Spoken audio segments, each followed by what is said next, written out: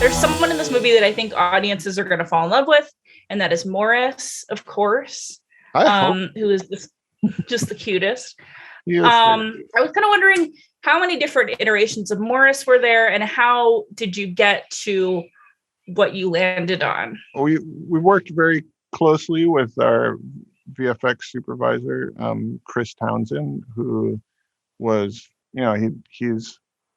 he's been doing Marvel movies and creating some of the coolest creatures in Marvel since the very beginning. So it was really fun to learn from him and to go through the process of trying to create a character that is super weird but also pretty cute, and to find that balance was definitely, we went through a number of renditions of Morris until we landed where we were. What could we have gotten instead? Did he have fewer wings? Was he bigger? Yeah, less cuddly version, which felt a little bit like a skinned turkey, not too fun. There were also different vocal sounds for what Morris sounded like.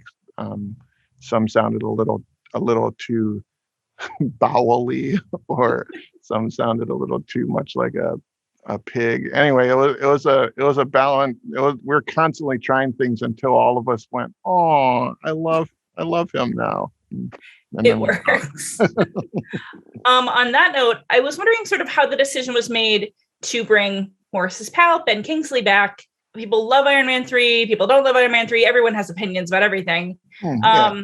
I thought he was great in this, and he had such a purpose, and that he was like this translator. Why did you guys decide to bring him back? We thought it was important to have Trevor, hear from Trevor's lips that it was kind of ridiculous to have him try to imitate this Asian character from China, and that Trevor knew that and was moving forward with it. And it was actually our hope from the very beginning, when we were starting to plan out this movie, that Sir Ben would be happy to join this cast and help us sort of course correct, or show all the sides of who the Mandarin character is, and help develop Wenwu into a fully realized human being. Speaking of character development, how did Awkwafina's character journey sort of come around? Was the plan always to train her to be a fighter, or did that sort of evolve out of conversations once she came on board? Awkwafina's character, Katie, was always an integral part of Shang-Chi and his growth, and but it was equally important to create a journey of her own. And her emotional journey is something that I personally really relate to. The feeling of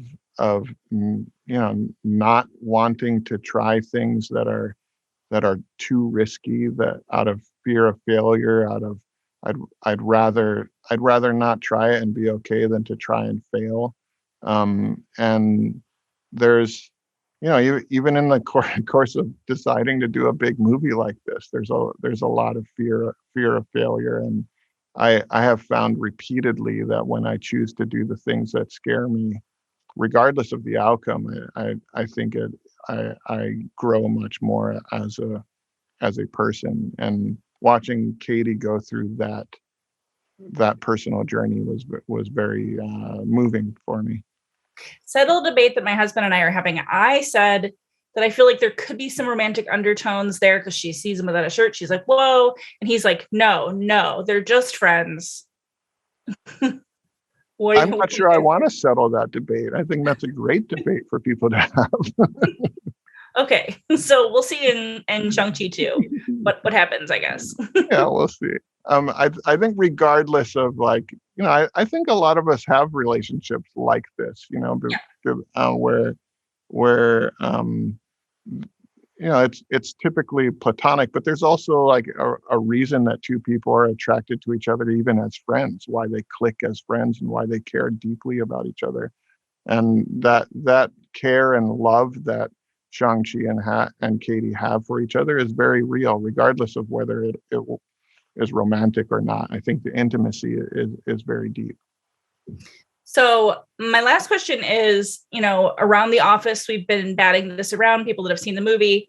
How did Bruce Banner get de-Hulkified at the end, if you can answer that? Because last we saw, he was like permanently fused with the two personalities. These are, I think I will leave that. I mean, all of that will become clear through a lot. There's a lot of things happening in the MCU, and what's super fun now that I get to be on the inside is to see how these little puzzle pieces and questions are planted that I know will be answered, fairly soon to people. But those questions are so fun.